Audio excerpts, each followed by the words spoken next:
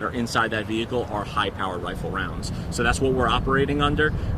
Nobody was struck. Luckily, nobody was injured. But those two individuals that heard and saw what happened, they took cover and they immediately called 911. And where do you believe the gunfire came from? So right now we're still trying to analyze the trajectory of the bullets, and that could be a little bit of a difficult process. However, what we believe right now, our initial assessment is we believe it came from one of the high rises. 5599 Seminary Road is over my right shoulder here, and we believe that the rounds may have come from one of the higher levels of that apartment building. So we're just asking for the public's help. If you're inside that building or you're in the area and you may have heard or seen anything that was suspicious, please call the police department.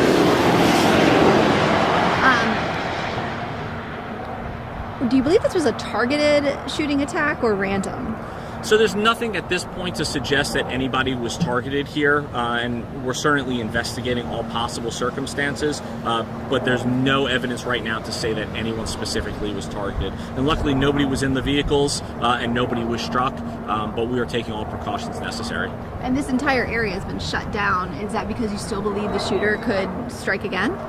Yeah, so we do not have anybody in custody at this point. So we've blocked all pedestrian traffic, vehicular traffic around the areas that we think may be in a line of sight from where those shots came from, just as a precaution.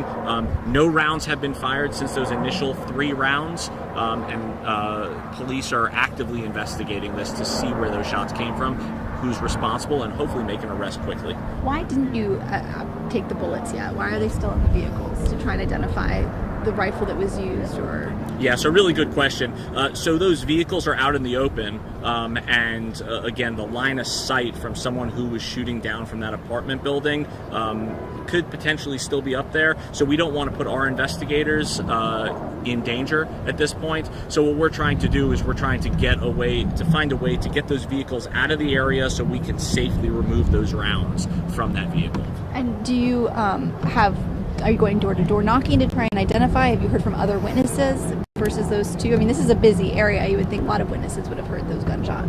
Yeah, so definitely a busy area, busy apartment building. We are not going to door-to-door at this moment. We are asking for the public to call us if they heard or saw anything. We do have officers in that building in case we need them, but at this point it's such a huge building and we don't have any definitive answer to where those shots came from at the moment, so we will try to narrow that down, and at that point we'll let our investigators make the decision. If we can narrow down maybe a floor or two, at that point we can start trying to isolate where those shots came from and make contact with people. Given you have no leads and it's still semi-active here, what's the plan? Are you going to keep this area shut down for the next 24 hours, 48 hours? At what point do you say, okay, let's just get back to business as usual? Yeah, so I'm not sure exactly how long this area is going to be shut down, but we are actively working and quickly working to try to identify where those shots came from, and that'll help us to determine exactly how long we're going to shut it down. But we have to keep the public safe, and by blocking pedestrian traffic and vehicular traffic right now, it's the best that we can do to try to keep everyone out of harm's way. We'll certainly let the public know. We're asking everyone to follow us on Facebook and Twitter, and that's where we're posting our live updates, so we're just asking for the public's help. If you saw anything, if you heard anything, that could really be crucial in breaking this case. There's a lot of businesses around here. Are there video surveillance? So we're checking those right now. So we do have investigators that are specially trained in pulling video. Any business owners, any residents that may have video surveillance footage that might have captured anything, we're asking you to please call the non-emergency number, let us know so we can retrieve that footage. Okay, anything else?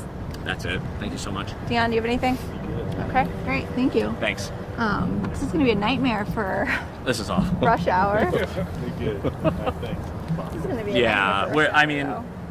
and it's 2:15 already. I know. I mean, it's been 3 hours, but it's really just once we can try to figure out. So it's amazing the way that they can figure out the trajectory and the angle and the distance. They can pretty much narrow down where they think that came from. And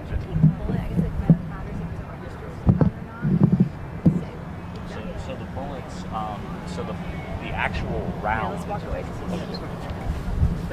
Give me your dead mic. Oh, let me hand that back too. Thanks, Dion. Yeah.